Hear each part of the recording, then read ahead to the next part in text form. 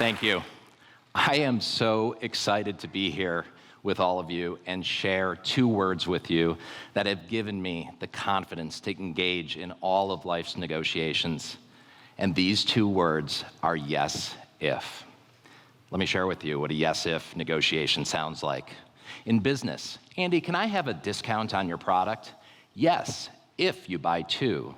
As a parent, hey, Dad, can I spend some time playing with my friends later on tonight? Yes, if you have your homework done and help clean up the dishes. In relationships, yes, if works as well. Hey, can we spend the holidays with my family this year? Yes, if we spend Thanksgiving with my family. I'm going to tell you a little secret. I actually use yes, if negotiations sometimes to help me prioritize the day's activities. Can I indulge in the family dinner tonight? Yes, if I get my exercise in first thing in the morning. Yes, if. Two small words, one phrase, with infinite value to help you confidently take on all of life's negotiations.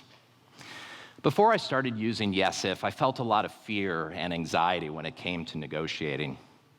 I was worried about asking for a higher starting salary with my new company, and I was concerned that if I was too aggressive in my counteroffer with the home seller, that I might lose out on the deal.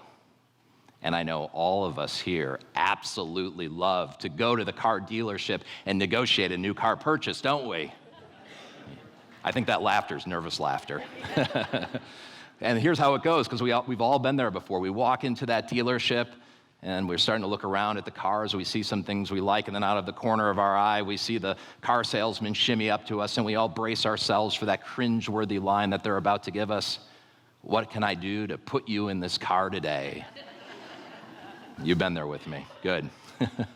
We avoid what we fear, and negotiations can trigger fear within. And actually, that fear comes from a lot of different places.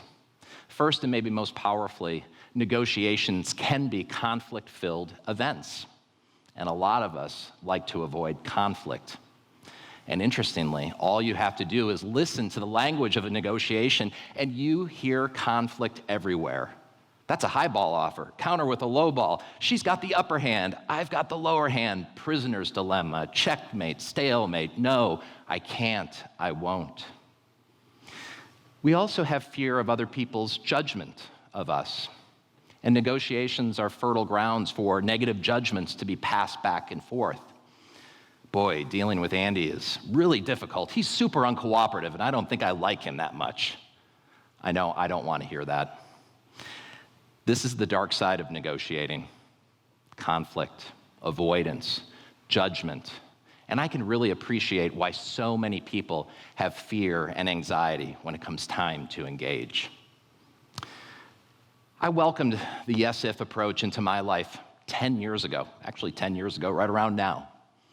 At the time, I was my company's Canadian national sales manager, and I was called to Edmonton, Alberta for the first round of a really important multi-million-dollar healthcare negotiation with a super important customer.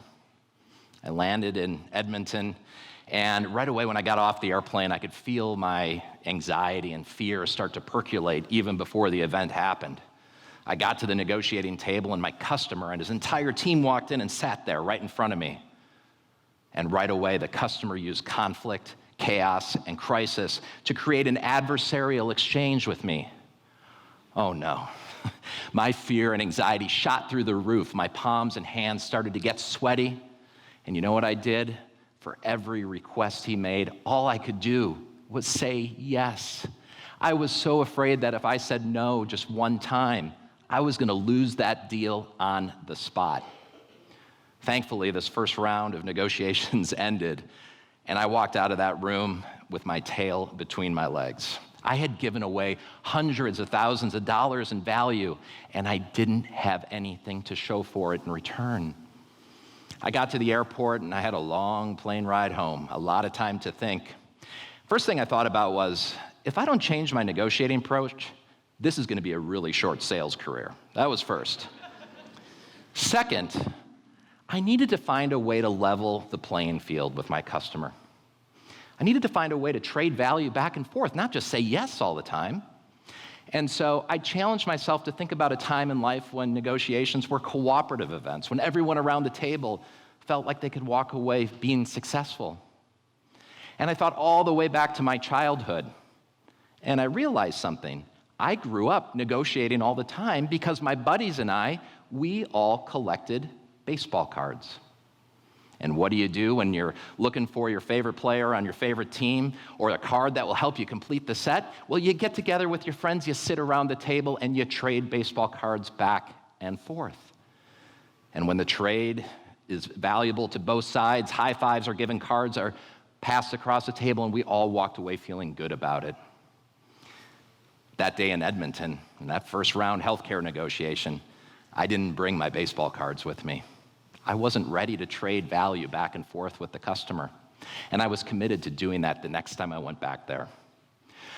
I also wanted to find the words that would help me broker the exchange or create that trading environment. And just because of who I am and because what I wanted to do, I wanted to cooperate with the customer and say yes and help him achieve his goals if he would help me achieve mine as well. And those were the words. Those stuck. Yes, if. I went back to Edmonton for rounds 2, 3, and 4, and I tried yes, if. Yes, I can give you the price you're looking for if you can give me the volume that I need. And it worked. We yes, if'd our way to a successful agreement, both for the customer and for me and my company. And from that time until right now, yes, if has been a part of every one of my professional and personal negotiations. It was the Hall of Fame golfer Fred Couples who once said, "When you're prepared, you're more confident. And when you have a strategy, you're more comfortable." With the words yes, if, you can already start to overcome the fear and anxiety of a negotiation. And by taking on the activity of preparation, you can engage with confidence. And the good news is that in many of life's big negotiations, like buying that car, or taking on a home remodeling project, take the time to prepare in advance because you can anticipate when that negotiation will happen. So do your due diligence, get your research done, and build your list of items that you're willing and ready to trade back and forth, and you'll feel ready to go. Now, I also know this happens too, that in our day-to-day life, proposals and negotiations can sometimes pop up on us unexpectedly. And there they are in front of us. And all of a sudden, what we have to do when someone throws that curveball proposal at us, instead of saying a fast yes or a quick no and regretting it, give yourself a minute to think about it. We're all too quick sometimes, so step back, take in that request, and prepare your yes if response. This happened to me recently. A friend of mine came to me during the week and said, "Hey, Andy, can you come over on the weekend and help me move a bunch of furniture?" Right away, I said, there are about 100 other things I'd rather do on the weekend than move a bunch of furniture. However, it was a friend of mine, and I wanted to say yes. So what I did was, instead of replying right away and maybe regretting it, I just stepped back and I said, you know what? Let me find a way to yes if this one. Yes, I can help you with the furniture move on Saturday if pizza and beer are involved. Because what that helped me do, it changed my whole mindset. It created an event on Saturday afternoon that both of us could look forward to. We got that furniture moved, and it was an opportunity for me to socially reconnect with my friend. Take the time to prepare, and you'll feel more confident to engage with yes if. There are two benefits that you're going to really enjoy by using the yes if mindset, and I encourage you to start today. The first benefit is you have the opportunity to form and build a cooperative team with another person and solve problems both big and small together.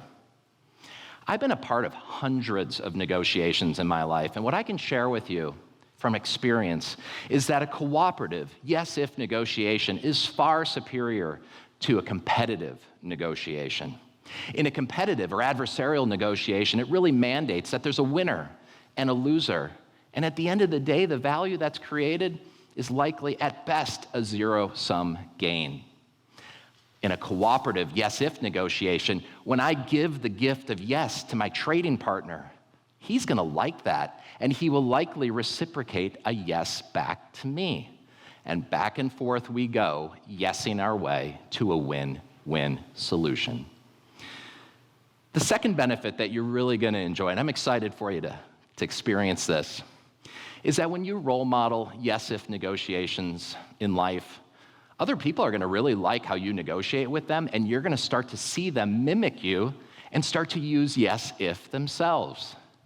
And what I want you to think about when you experience and see that is that you have passed the gift of cooperative negotiations on to another person. What a wonderful professional and even more importantly, personal life skill you've given to someone else. And I'd like to close with a personal story on having recently seen the gift of yes-if pass on to another person. I've been role modeling yes-if negotiations at home with my 3 kids their entire lives. And that's either a good thing or a bad thing. I'm not sure yet. I'll let you know later. And it was the beginning of summertime. And I noticed my 13-year-old daughter, Audrey, was working hard at the family computer. And a few minutes later, she called me into the room. And she looked at me and said, "Dad, I have a proposal for you." And right away, I'm like, all right, I'm excited. I like to negotiate. Let's make this happen. And more importantly, though, I was really curious to see how Audrey would present her proposal to me. Would she use yes-if? She stood up, confidently put her shoulders back, looked me right in the eyes, and said, "Dad, it's summertime and it's swimsuit season. I need a new swimsuit. I've done my research and there are 2 out there that I would absolutely love to have. If I buy one with my own allowance money, can you chip in and buy the other one with me?"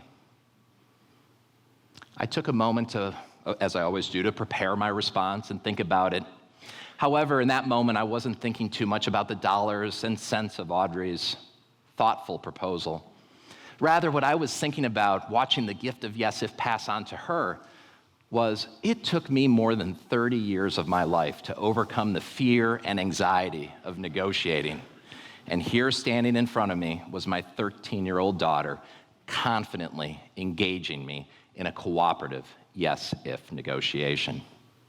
And so, as I thought about my answer, I realized I only had one word for her. So I looked her in the eyes and I shook her hand and I said yes.